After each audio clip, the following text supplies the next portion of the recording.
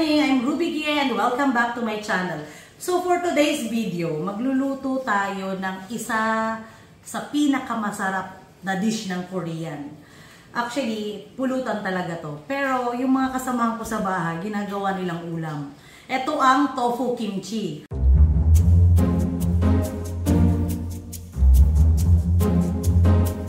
Dahil maulan ngayon, ito yung request ng asawa ko. Kaya ito ang ating lulutuin. So, okay, let's start!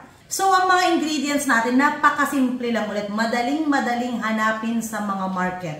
Kimchi. Favorite kimchi. Pero tip lang, mas magandang gamitin dito yung old kimchi. Hindi yung bagong gawa. Yung old na parang nagsasour, medyo sour na siya. Baboy, panghalo. Masarap kasi to igisa na medyo may taba. Tip din ulit. Kailangan natin ng medyo may taba para magmantika doon. Para siyang alam mo yung sanggipsal, di ba? Parang ang sarap ng sanggipsal na medyo fatty tapos may kimchi. So, kailangan lang natin palabasin ng taba from the pork. Pwede kayong gumamit ng pork, liempo natin. Pero kung meron naman kayong mahahanapan na Korean sanggipsal, which is ang favorite ng asawa ko, mas masarap yun. Pero eto po, hindi to po to Korean sanggipsal. Maulan po ngayon kaya hindi ako nakapunta ng Korean Mart. Pork pige lang po ito. And then, sa ating vegetables, kailangan natin ng bawang, onion, pandagdag anghang, and then of course, hindi mawawala ang onion leeks. And then, syempre yung ating tofu na iboboil mamaya. Kaya siya, tofu kimchi. Oh! So, okay, hiwain na natin yung mga vegetables. Pero yung bawang kanina, chinap ko na siya. Medyo mas matagal kasi hiwain ng bawang. Eto next, sibuyas. Hiwain lang ng normal style. Mas maraming sibuyas, mas masarap. And then yung ating sili. Sili slanting lang. Pandagdag. Kung gusto niyo po, kung mahilig kayo sa manghang, lagyan po ng labuyo. And then onion leeks. Padilog lang. Pwedeng slanting, bahala. Bahala po kayo kung ano po yung gusto nyo hiwa. So, ayan, eto. Maraming rin po tayong ilalagay na onion leeks. So, ulitin ko po, napakasimple lang. Kimchi, baboy, sibuyas, bawang, sili, onion leeks, tofu. That's it.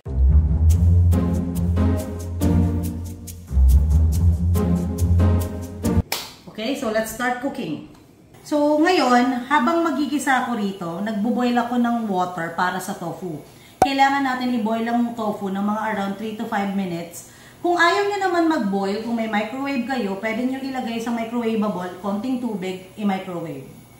So, yan, mag-isa tayo. Lagyan ng oil. Yan. Lagyan ng oil. And ilagay natin ang ating baboy. Kailangan natin lutuin ang ating baboy. Yan.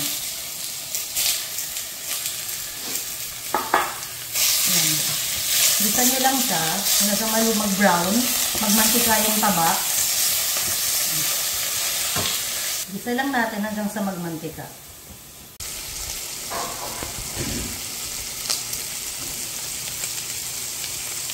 O, ayan, medyo brown na yung ating baboy, yung ating pork. So, ilagay na natin ng bawang. Diretso agad ang sibuyas and then onion leeks. Bisa lang natin. Huwag patutumin. Hindi pwedeng matutong or masunog yung bawang kasi papait. Okay? Diretso agad ang kimchi. Ayan. Igisa. Igisa lang natin. Kakasama silang lahat. So, hayaan lang natin dyan mga 3 minutes para maluto silang lahat. So, after mga 3 to 5 minutes, magdadagdag tayo ng mirin. Eto siya. Sa mga, kung napanood yung mga previous video ko, lagi ko itong ginagamit. So, mas maganda bumili ng malaki kasi yung Korean food actually, Korean mga recipes, madalas gumagamit nito. So, lagay lang tayo ng mga 1 tablespoon. Yan. Pandagdag lang ng umami flavor. Tapos, ayan, ulit siya mag-boil. Mag-gisa-gisa. Ayan. Para maluto lang. Ayan. The more na pina-fry yung kimchi, the more na sumasarap. So, mag-add tayo ng black pepper. Itong gamit ko po, Korean black pepper. Pero pwede po yung Pinoy. Ay, yung local natin na black pepper. salt or magic sarap or kahit anong gusto nyo ilagay na pang seasoning. Mag-a-add din po tayo ng kutsukaro. Okay, pandagdag color at pandagdag anghang. And then, of course, ang aking mahiwagang recipe, laging merong sugar. Ayan. Ayan, gisa-gisa lang. Stir fry lang ito na kimchi. So, habang hinihintay natin maluto itong kimchi, magbuboil na tayo ng water para sa tofu. So, ayan, kumukulo na siya. Lagay natin ang ating tofu. Mga 3 minutes lang. Pakuluan natin. This time, lalagay na natin ang ating onion leeks. Ayan. Maraming onion leeks. Ayan, boil lang natin. I-adjust nyo na lang yung lasa kung kailangan. Kung sobrang sour ng kimchi, dagdagan nyo na lang ng asukal. Okay? Pag sobrang, may mga kimchi kasing matabang naman, dagdagan nyo ng seasoning. Salt, magic sarap, whatever na seasoning na ano. Salt and pepper. So, ayan, okay na yung ating tofu. Tanggalin natin siya and then hiwain nyo lang sa kung anong size ang gusto nyo. Okay? Mamaya papakita ko sa inyo paano ito plating. So, ayan, luto na ang ating kimchi, stir-fried kimchi. Piplating ko lang siya, ipapakita ko sa inyo later, okay? So, eto na yung ating stir-fried kimchi. Lagyan lang ng konting sesame seed, para naman, di ba? Mas social, mas maganda tingnan. And then, ilalagay na natin ang ating tofu. Yan. Lagyan natin ang ating tofu.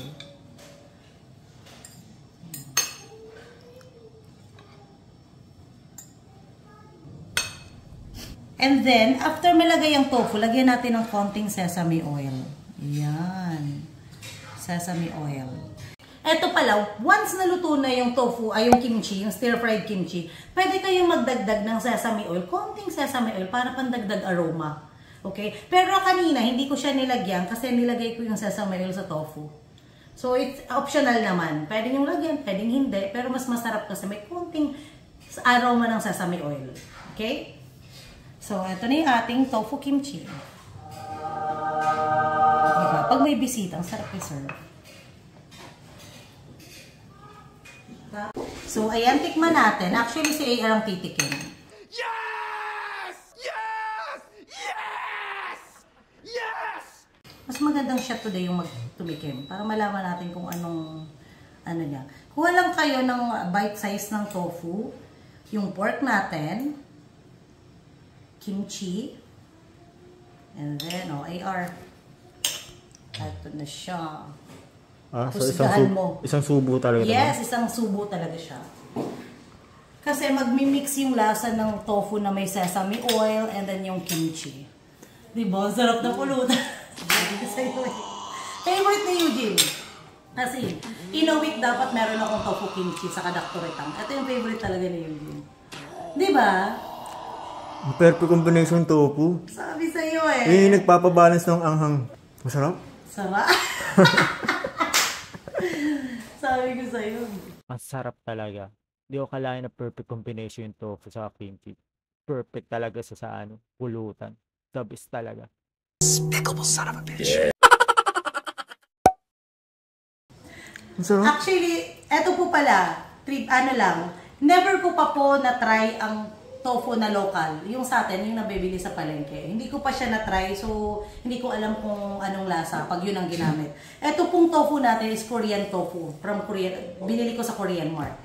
Pero kasi yung Korean tofu kasi sobrang soft, no? Sobrang firm, basta masarap. Masarap siya.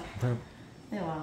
So, ayan guys, ito yung ating tofu kimchi. Madali lang gawin, para ka lang naggisa. Actually, naggisa ka lang naman talaga. Sobrang bilis gawin pag iinom kayo or pwedeng pang-ulam. Lalo na ngayong tag-ulan, di ba? Minsan pag tag-ulan, nag-crave ka na medyo maanghang. Ito yung bagay dyan. So, that's it. See you on my next vlog. Bye! I hope you like it.